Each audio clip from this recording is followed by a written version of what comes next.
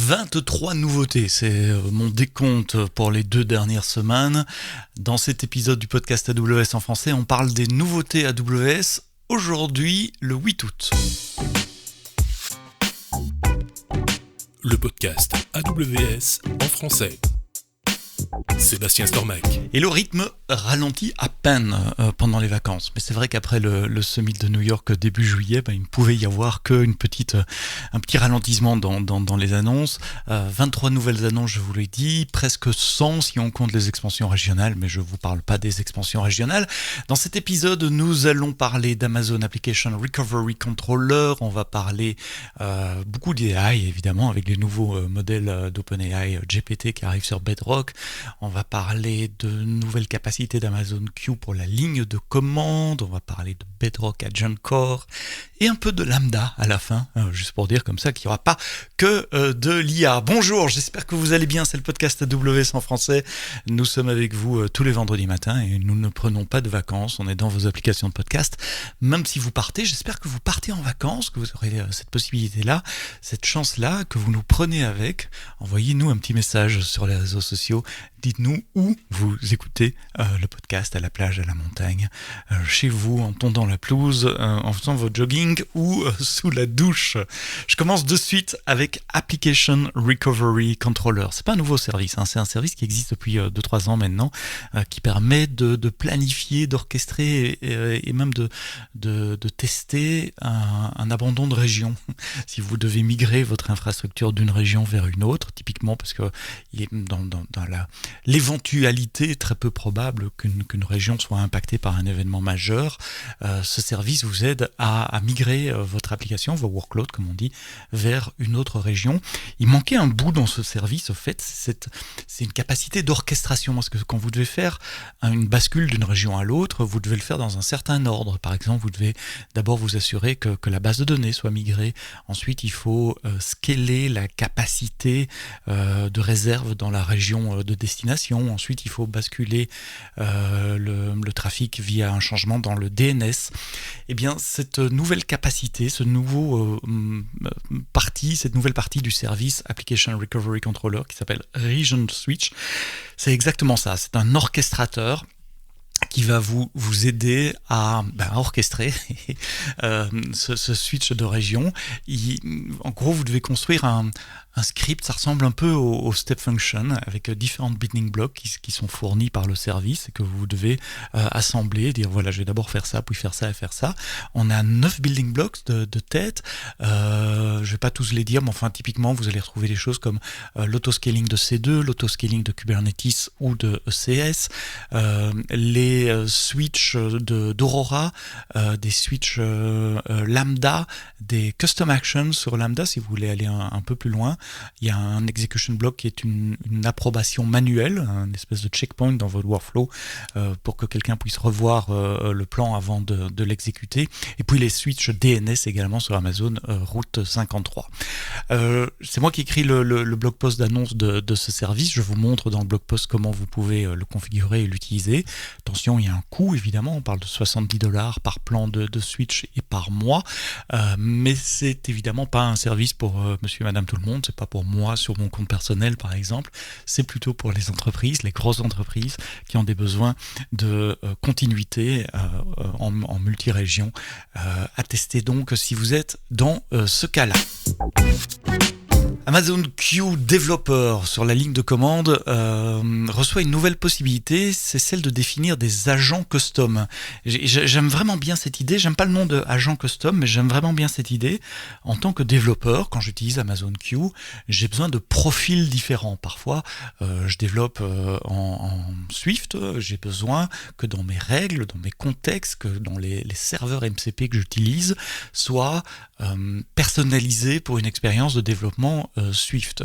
Parfois, je vais faire du Python et j'aimerais bien que mes règles, les agents MCP que j'utilise, soient plus orientés Python, etc. Alors jusqu'à présent, il y avait moyen partiellement de faire ça avec des profils. Les profils ont été supprimés. Maintenant, on appelle ça des custom agents. Donc, c'est quoi un custom agent?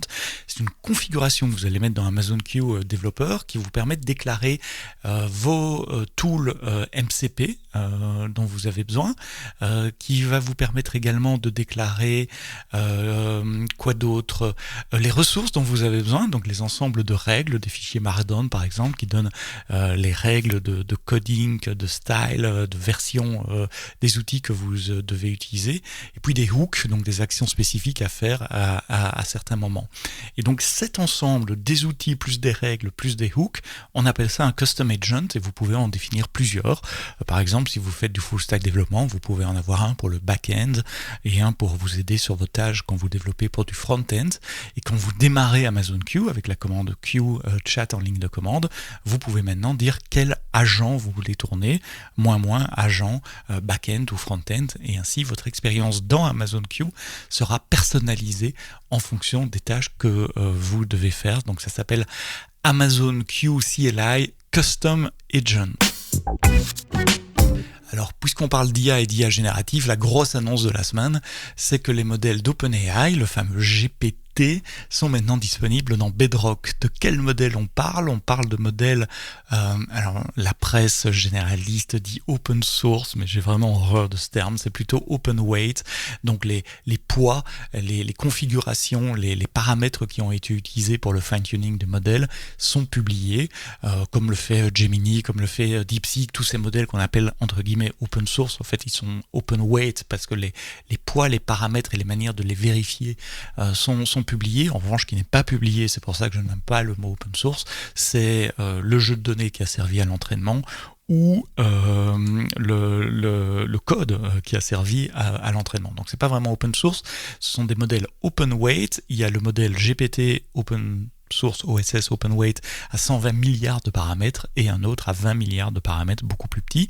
Ils sont disponibles sur Hugging Face et ils sont disponibles aussi sur Amazon Bedrock. Et le coup de génie des équipes Bedrock, c'est qu'ils ont laissé l'API d'OpenAI. Donc vous pouvez, si vous avez déjà du code qui utilise OpenAI, la seule chose que vous devez changer, c'est votre clé d'API. Plutôt que d'utiliser une clé d'API de OpenAI, vous utilisez une clé d'API de Bedrock, comme elle est disponible depuis quelques semaines maintenant, et vous pouvez continuer d'utiliser le SDK d'OpenAI sans changer votre code. Vous n'êtes pas obligé d'utiliser un SDK AWS et l'API spécifique de Bedrock, et ça je trouve que c'est vraiment bien. Vous pouvez utiliser également ces modèles dans les agents Strands si vous utilisez la librairie SDK Strands pour Python.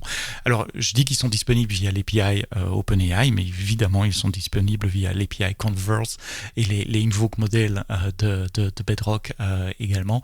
Donc si vous avez du code Bedrock, il y a juste l'ID du modèle à changer et c'est tout. Alors ces modèles sont très bons pour le raisonnement, pour le codage, pour l'analyse scientifique, pour le raisonnement mathématique, avec un ratio coût-performance qui est assez impressionnant. J'ai pas tous les chiffres en tête, mais j'en ai vu plein dans des messages de Matt Garman, le boss d'AWS, ou même d'Andy Jassy, le boss d'Amazon, qui explique que c'est N fois, 10 fois, 18 fois plus performant en ratio coût-performance que Gemini ou que DeepSeek. Donc je vous laisse évaluer tout ça.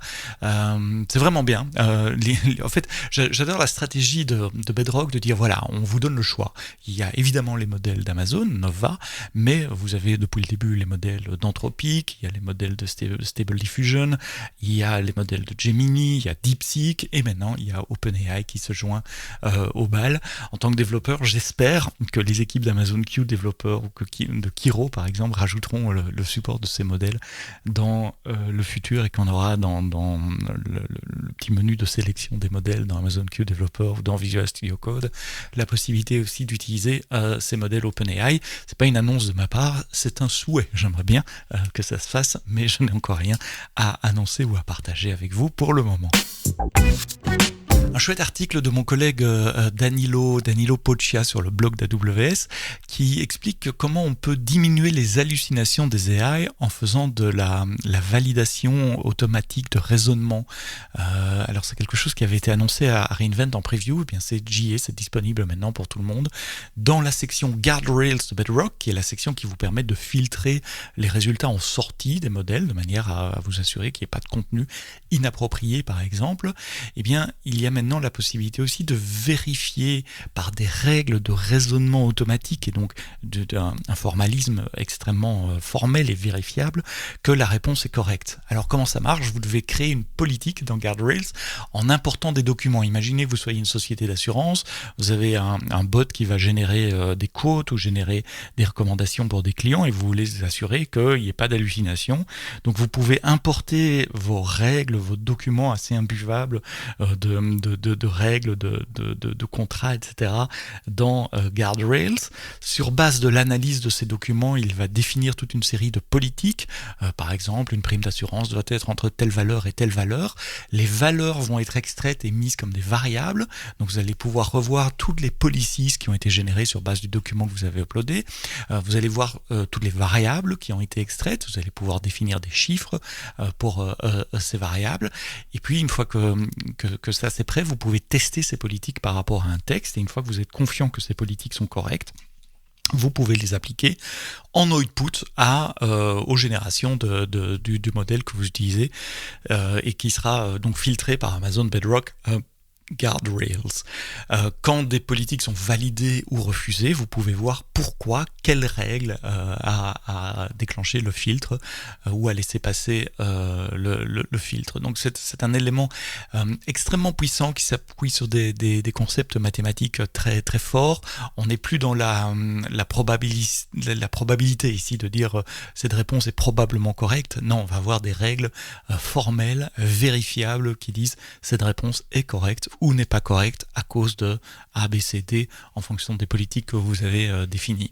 Alors cette nouvelle possibilité sur Amazon Bedrock Guardrail est disponible dans 6 régions, Ohio, Northern Virginia, Oregon, et puis en Europe, bonne nouvelle également, Francfort, Irlande et Tadam, Paris. Je vous laisse l'article de Danilo, il y a même une vidéo d'explication, etc. Dans les notes de cet épisode. Allez le voir parce que c'est vraiment cool. Deux autres nouveautés sur Bedrock, c'est pas vraiment des nouveautés, ce sont des blog posts qui ont attiré mon attention cette semaine. Si vous suivez le podcast régulièrement, vous savez qu'il y a 2 semaines, lors du Summit AWS à New York, on a sorti Amazon Bedrock Agent Core, qui est un environnement d'exécution scalable, hautement disponible, sécurisé, bien isolé les uns par rapport aux autres pour vos agents. Et en plus de tout ça, dans Agent Core, il n'y a pas que l'environnement d'exécution, il y a un Identity Store pour gérer les identités et les autorisations d'accès à vos agents. Il y a aussi des outils, et il y en a 2 qui sont décrits dans 2 nouveaux blog posts. Il y a un browser tool et un code interpreter tool que vos agents peuvent utiliser. Alors le browser tool, c'est une API qui permet de démarrer un browser en serverless évidemment, côté serveur, pour se connecter à des sites web. Là, vous n'avez pas accès à une API par exemple. L'exemple qui est donné dans le blog, c'est aller faire du web scraping, simuler des actions, des clics sur des pages web. Alors on n'a pas réinventé la roue, en dessous ça utilise Playwright, le framework de test d'application web, mais ça donne un environnement sécurisé, scalable, isolé pour exécuter ce code et exécuter ces actions, aller en rechercher des résultats et puis les redonner au Large Language Model pour la suite de l'orchestration de votre agent. Et de la même façon, il y a un environnement d'exécution de code, parce que souvent des agents ou des Large Language Models, ils proposent de générer du code pour répondre à une de vos questions. Si vous demandez, je sais pas moi, je vais prendre un exemple un peu basique, si vous demandez la liste des nombres premiers de 1 à 1000, il va pas vous sortir la liste comme ça. Il y a beaucoup d'agents, beaucoup de modèles qui vont en fait générer un script pour générer cette liste, et puis vous devez exécuter ce script. Mais alors, si vous développez un agent, vous vous retrouvez avec du code que vous recevez du Large Language Model, et vous vous dites, ok, où est-ce que je vais exécuter ce code? Parce qu'exécuter du code généré par un Large Language Model, il faut quand même prendre quelques précautions, ça doit être isolé, on va pas faire ça sur sa machine ou sur son serveur. Et donc cet autre outil dans Bedrock Agent Core s'appelle Code Interpreter, et ça vous donne un environnement d'exécution de nouveau sûr, isolé, scalable, hautement disponible pour exécuter votre code. Alors dans ce cas-ci c'est du code Python, et donc il y a un blog post qui vous explique tout ça. Et puis je terminerai les nouveautés de cette semaine avec un petit truc qui n'a l'air de pas manger de pain comme ça, mais qui n'est pas pas mal, surtout si vous développez sur Lambda. La taille limite d'une réponse en streaming de Lambda est augmentée par un facteur 10. Ça passe de 20 à 200 mégas. Alors c'est quoi le streaming sur Lambda? Vous connaissez probablement Lambda, vous pouvez déployer votre code, invoquer une fonction, recevoir une réponse. Les réponses maximales, c'est 6 mégas si la réponse est envoyée d'un bloc. Mais si vous avez des réponses plus grandes, ou si vous voulez diminuer ce qu'on appelle le time to first byte, c'est-à-dire le temps qu'il faut pour qu'une réponse arrive au client, vous pouvez écrire des fonctions Lambda qui streament leur réponse au fur et à mesure que le contenu est généré. Cas d'application typique ces jours-ci, c'est faire une fonction Lambda qui expose de la génération par un large language model, parce que le large language model va streamer sa réponse, et donc vous, dans la fonction Lambda, vous pouvez streamer la réponse à celui qui invoque votre fonction Lambda. Eh bien, le payload, la sortie était limitée à 20 mégas, et maintenant c'est 200 mégas, ce qui va ouvrir la porte à des tas de nouvelles applications. Dites-nous ce que vous allez développer avec ça. Voilà, c'est la fin de ce podcast AWS en français pour cette semaine, au milieu de l'été, au mois d'août. La semaine prochaine, on parlera de vacances encore. J'aurai le plaisir d'accueillir les directeurs informatiques du Puy du Fou, destination de vacances s'il en est, pour expliquer leur migration vers le cloud et les challenges qu'ils ont eus. Je pensais que c'était un bon moment pendant les vacances pour vous montrer qu'il y a un peu d'IT, qu'il y a un peu d'informatique, qu'il y a du cloud et qu'il y a de la AWS également derrière vos destinations de vacances telles que le Puy du Fou. Ça sera vendredi prochain, le 15 août, dans toutes vos bonnes applications de podcast. Mais d'ici là, quoi que vous codiez, codez-le bien.